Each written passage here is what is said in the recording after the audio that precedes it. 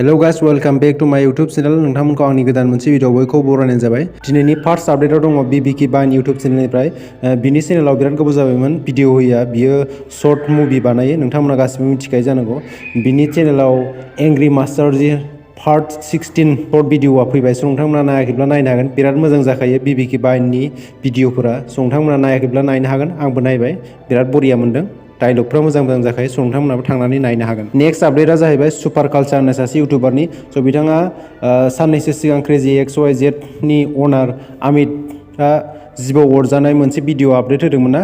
आंनि चेनेलावबो होनाय जादोंमोन। नोंथांमोना बे भिडिअखौ नायाखैब्ला नायनो हागोन। माने बिनि सानै टीम मेम्बारा अमित बिथाङा जिबौ सौजादों होननानैहाय माने हस्पिटालाव दं होननानै बुंदोंमोन आरोना। बेखौनो सुपार कालचार बिथाङा फेक होननानै बुंदों आरोना। जुदि बेयो सैथोमारब्ला बिनि जिबौ सौजानाय आखाइखौहाय माने इउटुबाव भिडिअ बानायनानैहाय आपल'ड खोन्थादों। जुदि बिदि खालामा बेखौहाय अमितखौहाय सुपार कालचार बिथाङा इउटुबाव भिडिअ बानायनानै निमाहा बिनो खावलायदों। नोंथांमोना नायाखैब्ला सुपार कालचार इउटुब चेनेलाव थांनानै नायनो हागोन। तो आप सभी का बहुत बहुत थैंक्स जितने भी मेरे भाई मुझे बहुत अप्रिशिएट कर रहे हैं कि मैंने क्रेजी XYZ का जो झूठ है उसको पकड़ लिया है और उसको फाइनली एक्सपोज कर दिया हुआ है। और क्रेजी XYZ अमित भाई नाकाम रहे हैं मुझे रिप्लाई करने में। तो मैंने उनसे सिर्फ छोटा सा एक ही चैलेंज किया था मैंने उनको कि भाई जो अगर आप सच बोल रहे हो तो कम से कम अपना हाथ तो दिखा दो जहां पे आपको सांप ने काटा है।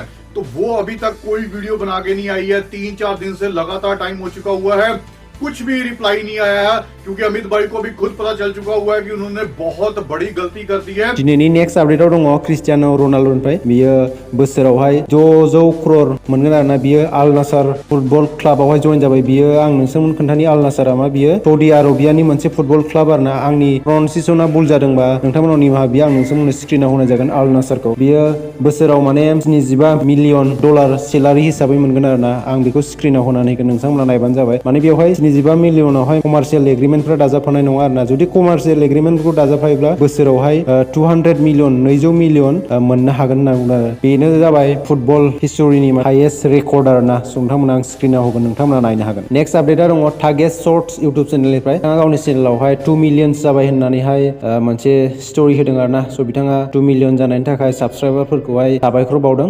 आरो बियो बुंबावदों दि बे 2 मिलियन शर्ट्सआवहाय जाय शर्ट्सफोरखौहाय नायनानैहाय बिनि चेनेलखौ साबस्क्राइब खालामदों। बिथांमोना मिन्थियाबो जानो हागौ टागेस्टआ लं भिडिअबो बानायो होननानै। बियो गावनि मोनसे स्ट'रि पस्टआवहाय बेबायदि बुंनानै होदों। दिनैनि नेक्स्ट आपडेटआ दङ किनान काहिल इउटुब चेनेलनिफ्राय। किनान काहिल इउटुबारा रिसेन्टलि बियो थैबाय दै। बियो डिसेम्बर 29 आवहाय थैदों। बियो अनलि 27 बोसोरल' जादोंमोन आरोना। उन्दैनिफ्रायनो बेहा बेमार दंखायोमोन होनना मिथिनाय जादों। माने बिनि हार्टनि सार्जारि बानायदोंमोन आरोना।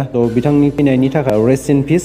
दिनैनि भिडिअआ एसेनोसै लोगोफोर। लोगो मोनफिनगोन बिदिनो गोदान मोनसे भिडिअ। नोंथांमोना आंनि चेनेलाव गोदानबा चेनेलखौ अननानै साबस्क्राइब खालामनानै थाबैनो 1K खालामनानै होगोन होननानै आं आसा खालामो। बाय बाय।